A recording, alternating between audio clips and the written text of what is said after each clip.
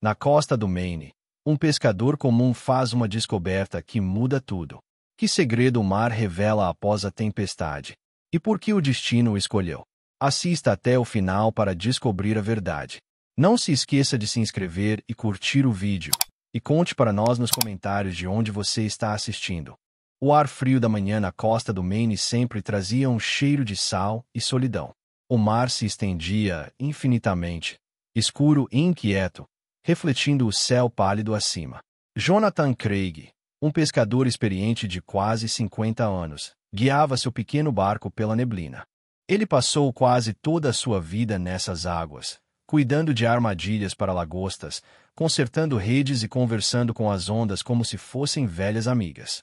Desde que sua esposa, Ellen, falecera 3 anos antes, o oceano se tornará sua única companhia. Todas as manhãs, antes do sol nascer completamente, ele lançava seu barco surrado, o Marlin, e navegava em direção aos recifes perto da ilha de São Mateus. Naquela manhã, depois de uma tempestade que uivou durante a noite, o mar parecia estranho. Mais calmo, mais pesado, como se estivesse exausto de sua própria fúria. Jonathan notou pedaços de madeira e algas flutuando, remanescentes da tempestade. Ajustou o motor e examinou o horizonte. Por hábito, verificou suas armadilhas uma a uma, notando com certa satisfação que a maioria havia sobrevivido à tempestade.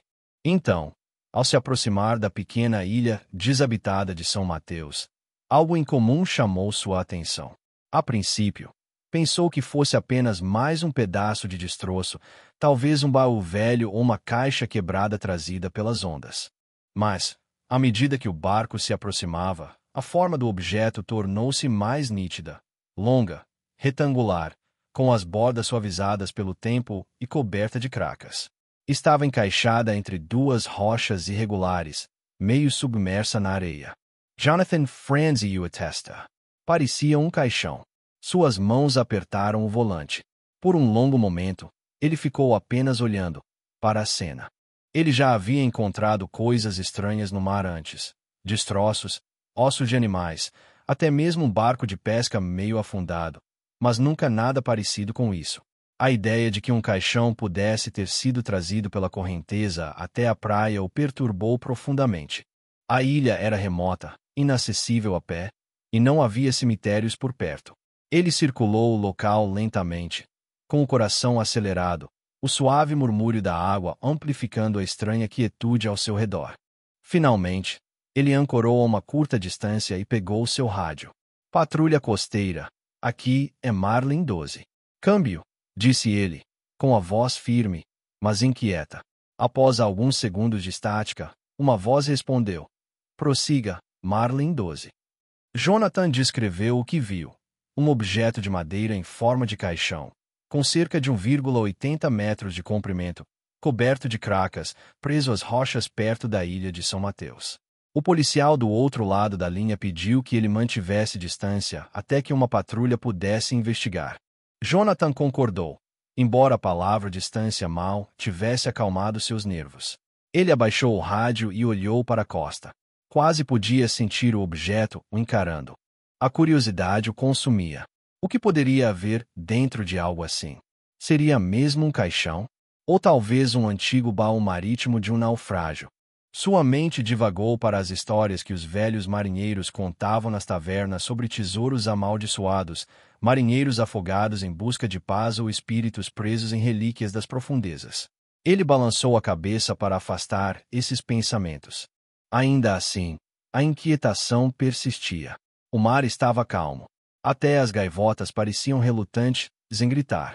Ele ficou sentado em silêncio, ouvindo o rangido do barco e o suave bater das ondas contra o casco. A cada poucos minutos, ele olhava para o rádio, esperando outra chamada da patrulha. Nada veio. Os minutos se arrastaram, transformando-se em 1 hora, e o silêncio começou a se tornar insuportável. Seus pensamentos vagaram para Ellen, lembrando-se de como ela costumava lhe dizer que a curiosidade era algo perigoso para homens solitários. Ele sorriu levemente ao recordar isso, e então suspirou. Quando finalmente se levantou, foi com uma mistura de cautela e inevitabilidade. Desamarrou o pequeno bote preso ao barco e remou em direção à ilha, os remos mergulhando silenciosamente na água cinzenta. Ao se aproximar da margem, ele pôde ver com mais clareza a idade do objeto. A madeira estava escurecida, corroída em alguns pontos, e faixas de ferro mantinham sua estrutura unida, embora a maioria estivesse completamente enferrujada. Era mesmo um caixão, ou algo construído para se parecer com um. Jonathan pisou na praia rocosa. Suas botas afundaram um pouco na areia molhada. O vento roçou seu rosto, trazendo o frio persistente da tempestade. Ele se aproximou, examinando o objeto a poucos metros de distância. Havia algo solene nele, quase sagrado, como se o próprio tempo tivesse esquecido aquela relíquia. Mas o mar finalmente decidiu devolvê-la. Ele se sentiu atraído e amedrontado ao mesmo tempo. Ajoelhou-se ao lado dela, passando a mão calejada pela madeira. Pedaços de craca se desprenderam sob seus dedos. Sob a decomposição, ele notou tênues entalhes, linhas curvas, talvez parte de um emblema ou iniciais. Ele não conseguiu decifrá-los. O trabalho artesanal parecia antigo, muito mais antigo do que qualquer coisa que ele já tinha visto na costa. Um pensamento lhe ocorreu. Isso poderia ser de um navio que afundou séculos atrás. A ideia o encheu de admiração. Ele recostou-se, respirando devagar, o vento puxando sua jaqueta. A parte racional dele sabia que deveria esperar pelas autoridades. Mas algo mais profundo, um instinto, uma sensação que ele não conseguia explicar, o impelia a olhar para dentro. Ele hesitou, dividido entre a razão e a compulsão. O céu começou a clarear, uma luz pálida rompendo as nuvens, se projetando reflexos prateados sobre as ondas. Era como se o próprio mundo prendesse a respiração. Ele lançou um último olhar para o horizonte. Nenhum barco de patrulha à vista. Seu pulso acelerou. Engoliu em seco e sussurrou para si mesmo. Só uma olhadinha rápida. Então, apoiando as duas mãos na tampa enferrujada, ele começou a forçar a borda onde a madeira havia rachado. Não se moveu. Tentou novamente, desta vez usando um pedaço de madeira flutuante como alavanca. A madeira gemeu em protesto, e por um instante ele pensou que pudesse se partir completamente. Então veio um estalo fraco, um som que fez seu coração disparar. Ele congelou, cada músculo tenso. Nada se moveu. Apenas o sussurro distante do mar preenchia o silêncio. Ele olhou para o barco como se esperasse que alguém o impedisse. Mas não havia ninguém. Sozinho naquela ilha esquecida, Jonathan Craig sentiu o peso dos séculos o pressionando. E naquele momento, ele soube que o que quer que estivesse lá dentro mudaria sua vida para sempre. A tampa se moveu ligeiramente sob seu aperto. Ele a encarou, tremendo, sem saber se deveria continuar. O vento voltou a soprar, trazendo consigo um zumbido fraco, quase melancólico, que parecia emanar do próprio mar. Ele expirou lentamente, a respiração trêmula no ar frio, e sussurrou. Tudo bem, então. O caixão rangeu novamente, como se respondesse. E com aquele som, meio convite, meio aviso, o primeiro capítulo de seu destino começou a se desenrolar. Jonathan permaneceu imóvel por alguns segundos, encarando o objeto à sua frente. O som das ondas quebrando contra as rochas preenchia o silêncio, e a luz cinzenta da aurora se espalhava lentamente pela ilha. Seus dedos tremeram levemente enquanto ele afastava as algas marinhas que se agarravam à madeira escura.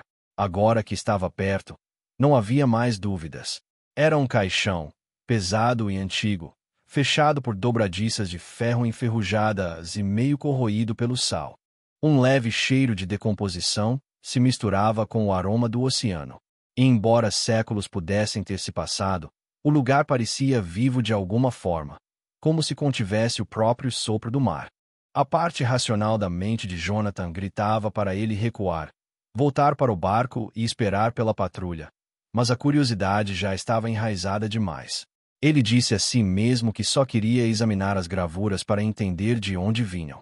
Contudo, cada movimento que fazia o aproximava ainda mais. Caminhou lentamente ao redor do objeto, suas botas rangendo contra a areia e o cascalho.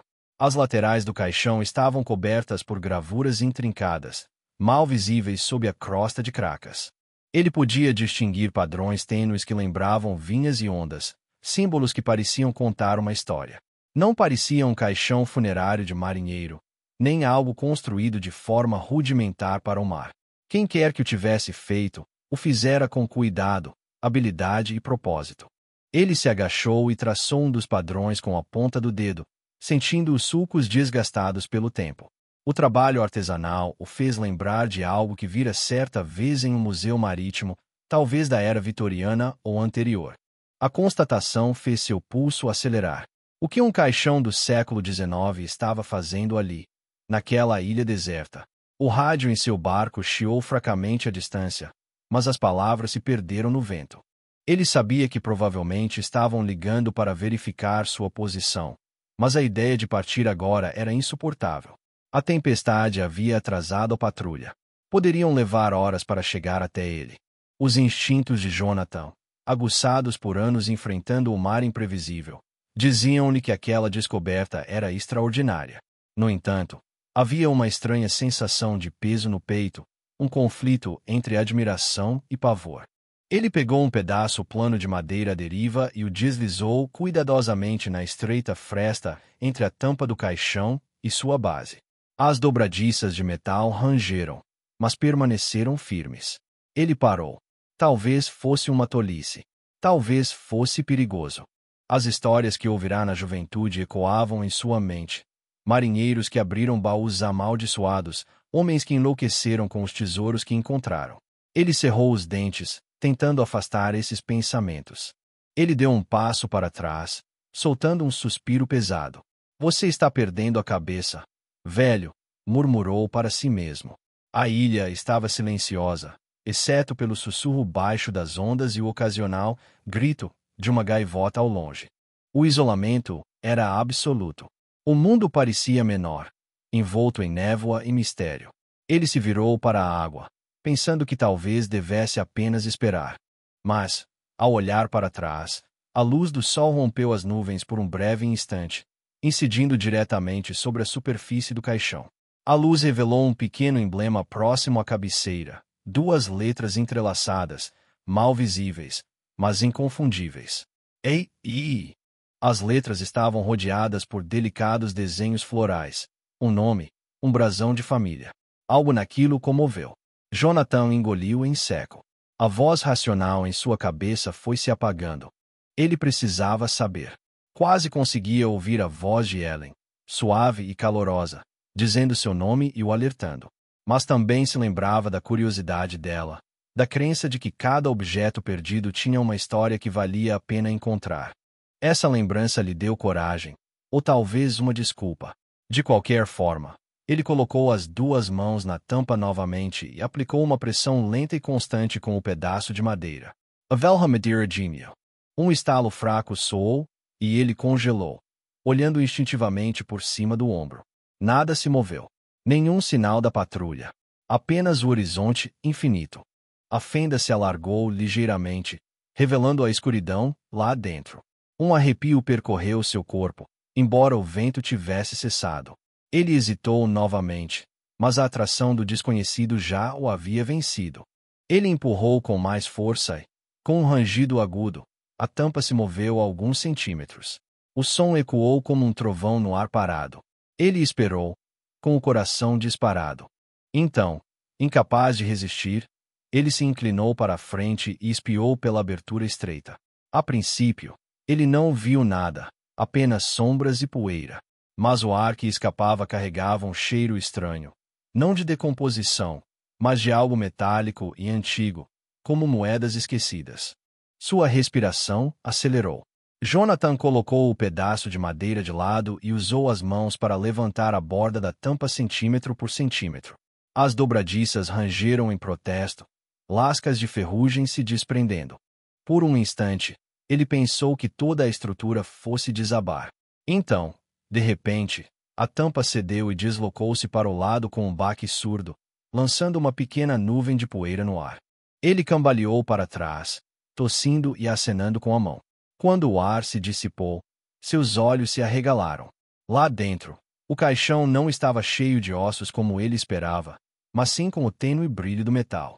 Algo brilhava sob a fina camada de lodo que se acumulara com o tempo. Ele se inclinou para mais perto, incrédulo, paralisado. Moedas, moedas de ouro espalhadas pelo fundo como raios de sol capturados na água. Por baixo deles, ele viu a borda de uma taça de prata, a curva delicada de um anel e o que parecia ser um pingente cravejado de joias. Durante vários longos segundos, ele não conseguiu respirar. Então a ficha caiu. Aquilo não era um caixão. Era um baú de tesouro disfarçado de caixão. Ou talvez um túmulo repleto de riquezas. Ele piscou, sem ter certeza se seus olhos o estavam enganando. O trabalho artesanal, o emblema, a localização. Tudo indicava riqueza e tristeza entrelaçadas. Uma estranha emoção surgiu em seu peito. Não era alegria, nem ganância, mas algo mais pesado. Tristeza. Havia ali uma história humana, enterrada sob o tempo e o sal. Ele imaginou alguém, há muito tempo, talvez um capitão ou pai enlutado, enterrando um ente querido com tudo o que era precioso para ele. O pensamento lhe apertou a garganta. Sua visão ficou turva por um instante, e ele percebeu que seus olhos estavam marejados. Deu um passo para trás, levando a mão à boca. Nesse instante, um som distante o alcançou. O zumbido baixo de um motor. Ele se virou e viu um pequeno ponto se movendo no horizonte. A lancha de patrulha. Alívio e pânico se misturaram nele. Eles estavam vindo, e ele já havia rompido o lacre, já havia perturbado o que quer que estivesse lá dentro. Ele olhou para trás, para o caixão aberto, o ouro brilhando suavemente na luz pálida. A beleza daquilo era quase dolorosa. Queria olhar por mais tempo, mas sabia que não podia. Ele rapidamente recolocou a tampa da melhor maneira possível, embora ela já não encaixasse perfeitamente. O som do barco se aproximando ficou mais alto. Jonathan deu uma última olhada na descoberta misteriosa antes de retornar ao seu bote. O mar ao seu redor parecia diferente agora, mais calmo, mas carregado de algo invisível. Enquanto remava de volta para seu barco de pesca, o vento carregava um eco fraco pelas ondas, um som que poderia ter sido o canto de um pássaro ou o suspiro do passado. Ele não olhou para trás, mas no fundo sabia que o que havia descoberto não era simplesmente um tesouro. Era uma história que esperara séculos para ser encontrada, e que ainda não tinha terminado com ele. A lancha de patrulha chegou no exato momento em que Jonathan amarrava sua embarcação à costa. Os policiais subiram na praia rochosa, com as botas chapinhando na água rasa. Um deles, um homem mais jovem chamado Policial Grant, o cumprimentou com um aceno de cabeça e pediu detalhes. Jonathan, ainda pálido e abalado, apontou para o caixão desgastado que repousava perto das rochas. Sua voz era baixa, firme apenas por hábito. Está ali, disse ele, foi trazido pela tempestade. Não toquei em muita coisa. A mentira saiu de sua boca com surpreendente facilidade, embora seu coração ainda palpitasse pelo que vira lá dentro. Os policiais examinaram o objeto cuidadosamente, documentando-o, fotografando as marcas, e, por fim, decidindo içá-lo a bordo da lancha de patrulha para transportá-lo até o continente. Jonathan ficou de pé, observando-os. A imagem das moedas de ouro e do medalhão ficou gravada em sua memória. De volta ao porto de Portland, o caixão foi levado para o Centro Histórico Estadual para ser examinado. Jonathan acompanhava as notícias discretamente, evitando chamar a atenção, mas a curiosidade e a culpa o deixavam inquieto. Ele não conseguia esquecer o tênue retrato que vislumbrara na superfície do medalhão, o delicado contorno do rosto de uma jovem mulher. Todas as noites daquela semana, ele sonhou com ela parada à beira-mar, sua expressão calma, porém triste, chamando-o pelo nome com uma voz que parecia ecoar debaixo das ondas. Quando acordava, o som do mar do lado de fora da janela não lhe trazia mais conforto, mas sim uma confissão. Alguns dias depois, ele recebeu um telefonema do Departamento de História pedindo que fizesse uma visita. A curadora-chefe, doutora Eleanor Price, o recebeu em uma sala silenciosa repleta de artefatos e documentos marítimos. O caixão fora aberto em condições controladas, e seu conteúdo estava disposto sobre uma longa mesa de carvalho. Jonathan olhou incrédulo ao ver os objetos novamente. Moedas de ouro empilhadas desordenadamente, um cálice de prata com gravuras intrincadas, joias diversas e o medalhão que ele se lembrava tão vividamente. O Dr. Price explicou que a descoberta provavelmente data da era vitoriana, possivelmente entre 1840 e 1870, e que as pesquisas iniciais sugerem que ela pertenceu a uma família rica que perdeu membros durante uma viagem transatlântica. A preservação da madeira e dos objetos indicava que o caixão poderia ter sido selado em um compartimento submerso de um naufrágio antes de ser liberado pelas marés ao longo dos séculos. Jonathan mal prestava atenção. Seus olhos estavam fixos no medalhão. Ele perguntou se podia segurá-lo, e o Dr. Price, após mencionar seu papel como descobridor, entregou-o a ele usando luvas. O peso era leve, quase delicado, mas a emoção que carregava era imensa. Ele virou o papel e agora viu o pequeno retrato com clareza. Uma jovem de olhos serenos e um leve sorriso, com os cabelos presos num penteado vitoriano. Algo em seu olhar parecia vivo, quase familiar, embora ele não conseguisse explicar o porquê. A garganta dele apertou. "Você sabe quem ela era?" perguntou ele em voz baixa. A doutora. Price balançou a cabeça negativamente. "Ainda não, mas acreditamos que ela possa ter sido filha de uma família proeminente chamada Ashford. O navio deles desapareceu na costa na década de 1850. Isso pode fazer parte dessa história." O nome permaneceu em sua mente muito depois de ele ter saído do prédio. Naquela noite, ele ficou sentado sozinho junto à sua pequena lareira, o som do vento batendo nas janelas. A tempestade de dias atrás parecia ecoar em sua memória, trazendo sussurros do mar. Ele fechou os olhos e viu o medalhão novamente, brilhando suavemente na luz pálida do museu. A imagem do rosto da mulher o assombrava, não com medo, mas com tristeza, como se ela estivesse esperando que ele a encontrasse. Ele começou a se perguntar se o destino o havia escolhido por algum motivo. Se talvez essa descoberta não fosse coincidência, mas algo maior, uma história inacabada que emanava do próprio tempo. Passaram-se semanas enquanto o museu realizava pesquisas e verificava a autenticidade dos artefatos. Os meios de comunicação noticiaram a descoberta como uma das mais notáveis descobertas marítimas da história do Maine. Jonathan tentou evitar os holofotes, mas os repórteres, mesmo assim, bateram à sua porta. Chamavam-no de o humilde pescador que encontrou o mistério da era vitoriana. Ele recusou entrevistas, embora parte dele se sentisse orgulhoso, não do tesouro em si, mas do fato de algo outrora esquecido ter sido relembrado. Ele visitou o museu mais uma vez, desta vez fora do horário de funcionamento, quando o Dr. Price lhe permitiu acesso exclusivo. As exposições estavam silenciosas, os corredores com iluminação tênue. Ele parou diante da vitrine onde o medalhão agora repousava, cercado por outros artefatos recuperados. Enquanto olhava fixamente, a emoção o dominou. Ele se lembrou de Ellen novamente. Seu calor, seu riso, o jeito como ela costumava esperá-lo na janela quando as tempestades se aproximavam. Ele sussurrou baixinho. "Ela se parece com você."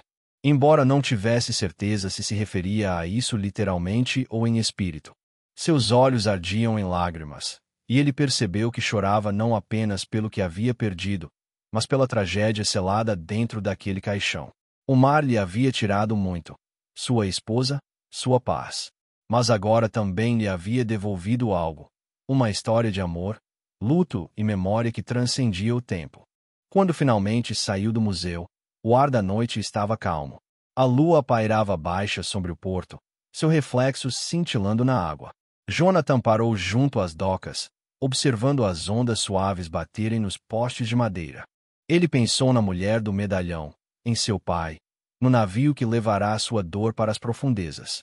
De uma forma estranha, sentiu que agora todos estavam conectados. Ele, as almas perdidas do passado e o próprio mar, que os unia em silêncio. Ele ainda não sabia que essa descoberta mudaria tudo. Seu modo de viver, sua visão do oceano, até mesmo sua compreensão da perda. Por ora, Sabia apenas que as lágrimas derramadas naquela ilha não tinham sido em vão. O oceano lhe dera uma história, e por meio dela, talvez uma chance de se curar. Os meses seguintes transformaram a vida tranquila de Jonathan em algo que ele jamais poderia ter imaginado. A história da descoberta se espalhou muito além do Maine, chegando aos noticiários nacionais e atraindo a atenção de historiadores, colecionadores e jornalistas. O museu confirmou que o caixão pertencia de fato à família Ashford, uma linhagem rica de Boston, que havia perdido sua embarcação particular, a Celestine, em 1854. Os registros revelaram que o capitão Thomas Ashford estava transportando os restos mortais de sua esposa de volta para a Inglaterra após sua morte prematura no mar. Segundo fragmentos de cartas encontrados em arquivos marítimos, sua filha, Evelyn Ashford, insistiu em acompanhar o pai na viagem. Quando uma tempestade destruiu o navio perto da costa do Maine, a maioria dos corpos nunca foi recuperada. O caixão que Jonathan encontrara era a peça final daquela tragédia, preservada e trazida de volta pelo mar quase 2 séculos depois. Quando o Dr. Price lhe contou isso, Jonathan permaneceu em silêncio, com o peso da história pressionando seu peito. Ele agora sabia quem era a mulher no medalhão, Evelyn Ashford. O Estado reconheceu oficialmente sua descoberta e o recompensou com 30% do valor avaliado da coleção. O número lhe pareceu irreal. Mais de 2 milhões de dólares. Para um homem que viverá modestamente a vida inteira, era mais que fortuna. Era liberdade. Mesmo assim, Jonathan não sentiu nenhuma emoção. O cheque que ele receberá dos curadores do museu ficou dobrado sobre a mesa da cozinha por dias antes mesmo de ele depositá-lo. O que ele poderia comprar que tivesse mais significado do que aquilo que já havia encontrado? O dinheiro parecia um detalhe insignificante, um pequeno eco de algo muito maior. Quando os repórteres vieram perguntar como ele planejava gastar o dinheiro, ele simplesmente respondeu: em algo que dure mais do que eu. Mesmo assim, a mudança em sua circunstância era inegável. Seus vizinhos na pequena cidade portuária de York começaram a tratá-lo de forma diferente, alguns com admiração, outros com uma inveja discreta. Pescadores que antes compartilhavam café com ele nos cais agora o cumprimentavam com uma polidez desajeitada, como se não tivessem certeza se ele ainda era um deles. Jonathan sentia falta da simplicidade do anonimato. Ele encontrou consolo apenas ao retornar para a água, onde o mar era indiferente à sua fama. Lá, ele ainda era apenas um homem com um barco, seguindo o ritmo das marés. Mas até isso havia mudado. Cada vez que passava pela ilha de São Mateus, sentia um puxão silencioso, como se o lugar se lembrasse dele.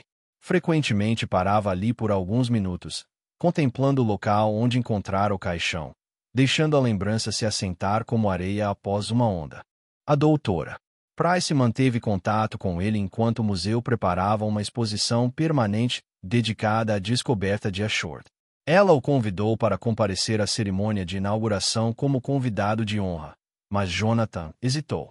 Multidões e discursos nunca foram a sua praia. Ele acabou concordando, porém, depois que ela lhe disse que o medalhão de Evelyn seria exibido separadamente, com o nome dele gravado ao lado, como sinal de gratidão. Na noite da cerimônia, ele permaneceu em silêncio entre as vitrines de vidro polido e as luzes aconchegantes, vestindo um terno simples que não combinava muito bem com sua figura curtida pelo tempo. Quando a doutora Price discursou para a plateia sobre a interseção entre destino, história e compaixão humana, Jonathan mal a ouviu. Seus olhos estavam fixos no medalhão, que brilhava suavemente em seu estojo. A inscrição abaixo dizia: descoberto por Jonathan Craig, devolvido à luz pelo mar. Ele sentiu lágrimas se formarem novamente, mas desta vez não arderam. Pareciam uma libertação. Após a cerimônia, um repórter perguntou se ele acreditava no destino. Jonathan sorriu levemente e disse: acredito que o oceano guarda o que esquecemos até que chegue a hora de nos lembrarmos. As palavras se espalharam rapidamente, citadas em artigos e entrevistas, mas para ele não eram sabedoria, apenas verdade. O mar sempre havia tirado e dado na mesma medida. Ele levou Ellen, mas também lhe deu a história de Evelyn, uma lembrança de que amor e perda estavam ligados pela mesma corrente. Com o passar dos meses, Jonathan decidiu usar sua recompensa não para luxos, mas para um propósito. Ele comprou as ruínas de um antigo farol perto da baía, um farol que havia sido desativado décadas antes, e começou a restaurá-lo com a ajuda de construtores locais.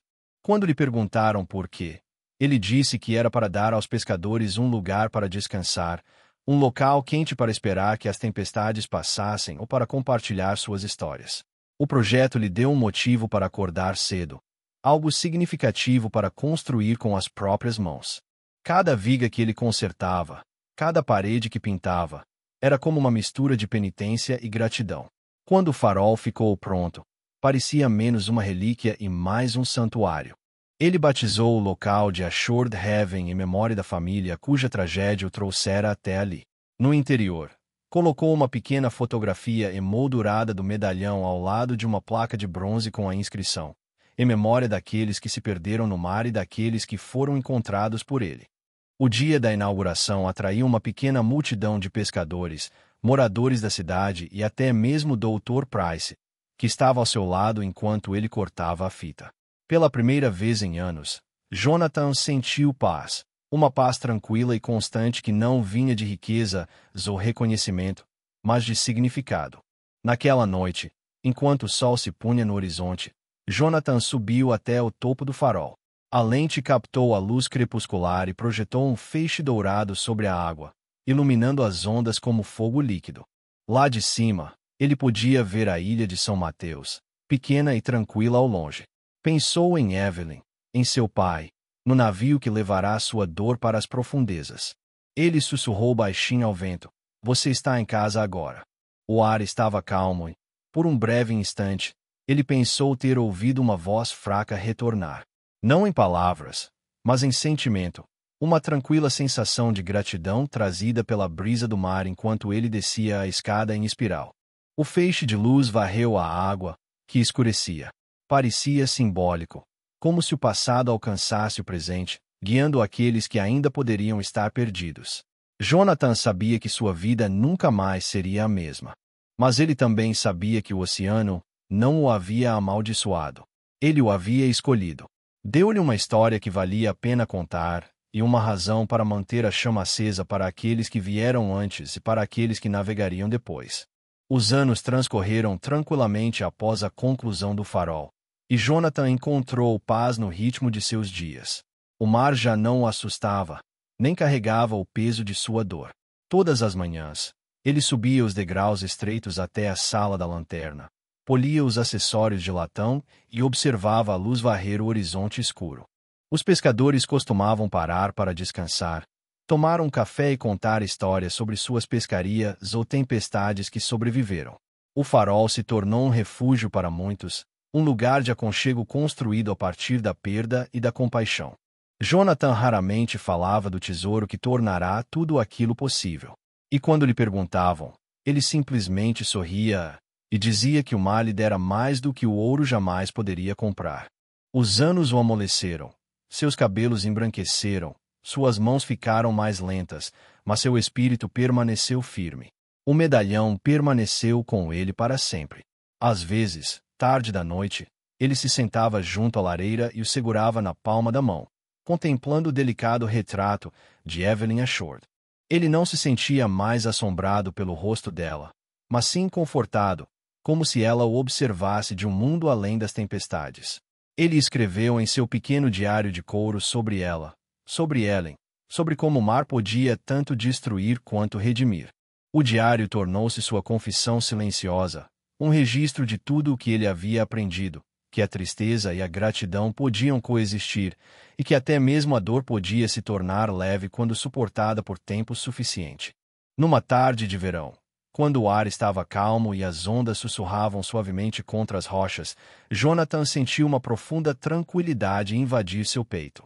O pôr do sol pintou o céu de dourado e rosa, as mesmas cores que brilhavam dentro do caixão anos atrás. Subiu a escada em espiral pela última vez, agora mais devagar, mas com firmeza, e entrou na sala da lanterna.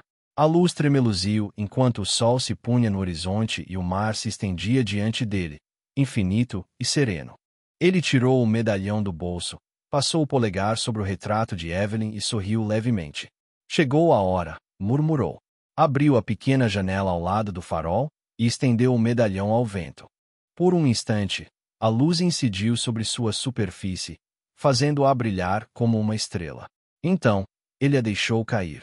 O medalhão rolou pelo ar, captando lampejos do pôr do sol antes de desaparecer nas ondas abaixo. Jonathan observou até que as ondulações desapareceram. Não sentiu tristeza, apenas paz. O mar havia devolvido o que um dia lhe pertencera, e ele sabia que havia cumprido seu papel na história. Ao amanhecer, a cadeira do faroleiro na sala da lanterna estava vazia. Os pescadores encontraram a porta do farol aberta, um diário sobre a mesa ao lado de uma xícara de café frio. Dentro, na última página, Jonathan havia escrito com sua caligrafia cuidadosa: "Não encontrei ouro. Encontrei significado, e isso basta." Abaixo das palavras havia um desenho simples de uma onda e uma pequena cruz acima dela. A cidade o lamentou, mas sua memória permaneceu nos corações de todos que o conheceram. O farol continuava a brilhar, seu feixe de luz guiando os marinheiros através da neblina e da escuridão. Dizia-se que em noites calmas, quando a maré estava baixa, uma melodia tênue podia ser ouvida perto da ilha de São Mateus, como a voz de uma mulher levada pelo vento. Os pescadores acreditavam que era Evelyn Ashford, cantando em gratidão ao homem que trouxe sua história de volta à luz. Anos depois, uma placa de bronze foi colocada na base do farol. A placa dizia, em homenagem a Jonathan Craig, que escutou o mar e encontrou a alma dentro dele. Os visitantes ainda vinham, permanecendo em silêncio junto ao parapeito enquanto o farol percorria o horizonte, projetando seu rastro dourado sobre a água. Alguns juravam ter visto duas figuras caminhando lado a lado na praia, um homem com um velho casaco de pescador e uma mulher de vestido branco, desaparecendo na névoa com a aproximação do amanhecer. O farol permanecia aceso todas as noites, seu feixe de luz estendendo-se pelo oceano como uma ponte entre o passado e o presente. O mar, eterno e paciente, guardou seus segredos mais uma vez. Mas para aqueles que conheciam a história, não era mais apenas água e ondas. Era memória, perdão e amor que perduravam além do tempo. O mar sempre devolve o que foi perdido. Você acredita que nada acontece por acaso? Escreva nos comentários de onde você está assistindo. Deixe um like e se inscreva. Muitas outras histórias emocionantes estão por vir.